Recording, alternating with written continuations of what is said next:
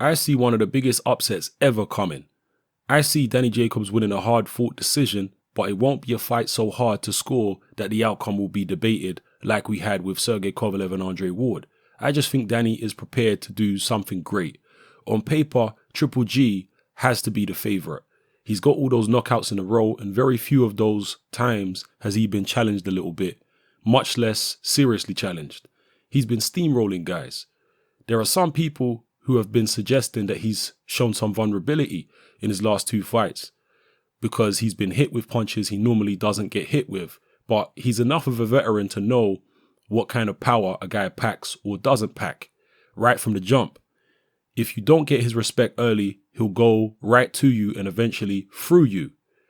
I thought I'd be around 70 before somebody got close to my record based on the trends of fighters going for titles in different weight classes rather than to stay in one class that long. I really thought my record would last a long, long time, and maybe it will. It ain't been broken yet, but it ain't too far off. Would I be joyful if it was broken? Hell no. Would I accept it? Of course. I would have no choice but to accept it. Records are meant to be broken, but that don't mean I'd have to like it if mine is broken. Those are the words of Bernard Hopkins talking about Danny Jacobs versus Triple G Gennady Golovkin. Now, before I go on, let me take a little sip of my drink. Just getting my voice back, clearing my throat. Now, there's a lot of interest in this fight, Danny Jacobs versus Triple G. The vast majority of people think Jacobs will put up a spirited effort, maybe give Triple G some issues for a couple rounds, but ultimately he will succumb to Triple G's punching power and his relentless pressure, his ability to cut off the ring, and that his punches will simply bounce off Golovkin's reputedly iron jaw.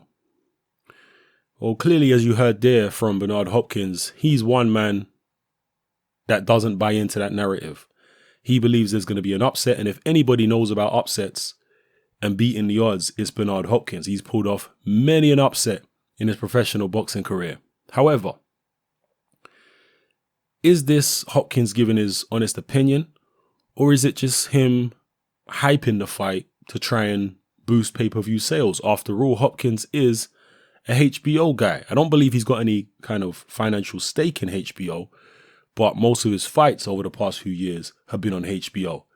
So perhaps he's just helping sell the fight, or perhaps this is what he actually believes.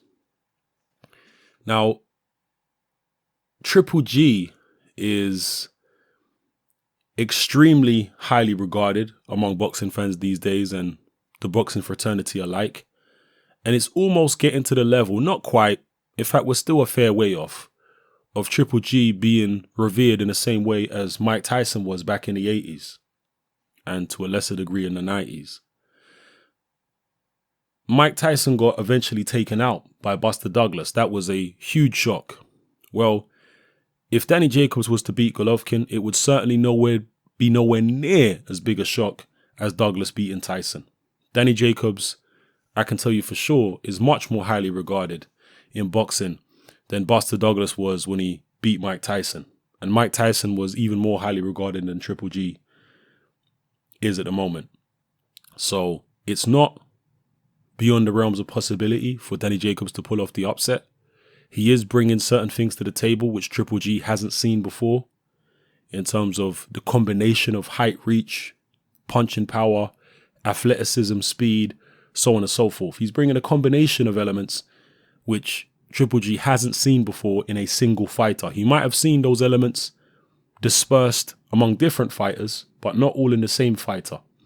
So it's going to be interesting to see if Danny Jacobs is able to bring all those tools and use them effectively enough to pull off the upset. Bernard Hopkins believes that he can. What do you guys think? Can Danny Jacobs do this?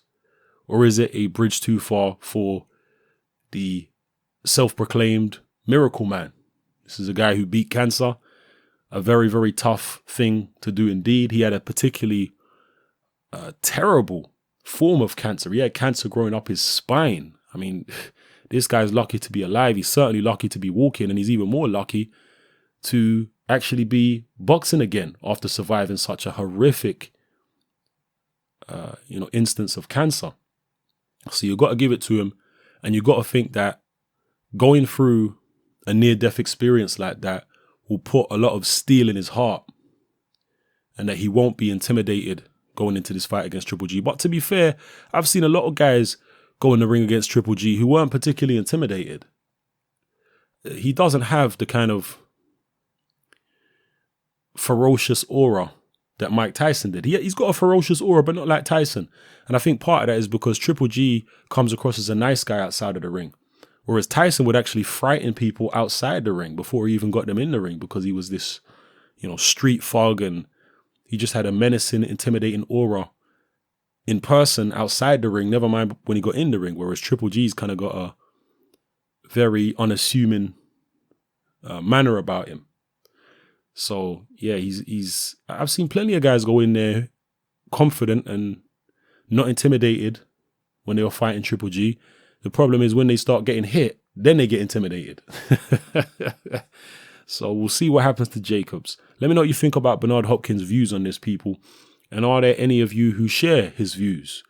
Is he giving some type of insight here, or is it just the ramblings of an old man who's taking too many punches? Let me know what you think in the comment section. It's happening. I'm out.